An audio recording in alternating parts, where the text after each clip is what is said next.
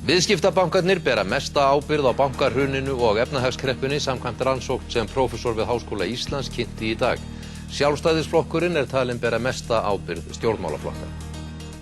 Viðskiptabankarnir bera mesta ábyrgð á bankahruninu og efnahagskreppunni.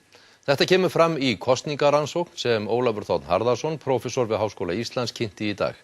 Sjálfstæðisflokkurinn ber mesta ábyrgð stjórnmálaflokkana.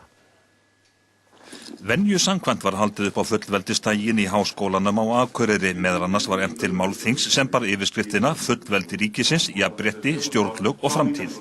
Ólafur Þ. Harðarson, prófessor í stjórnmálafræði og forseti félagsvísindasviðs Háskóla Íslands, flutti erindi hér við Háskólann á Akureyri í dag.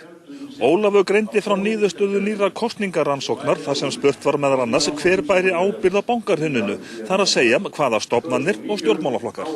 Já, í þessari könnun eins og í öðrum kemur í ljós að íslenska stjórnmálastéttin í djúpri kreppu og það mikið vantraust ríkjandi í garð stofnana og stjórnvalda.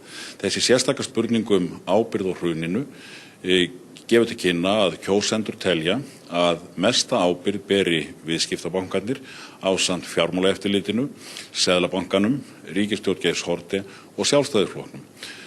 Næstmesta ábyrgð eru þeir flokkar sem voru með Sjálfstæðisflokknum í stjórn, Framsóknarflokkurinn og Samfylkingin talin bera, en stjórnarandstöðuflokkarnir minnsta ábyrgð.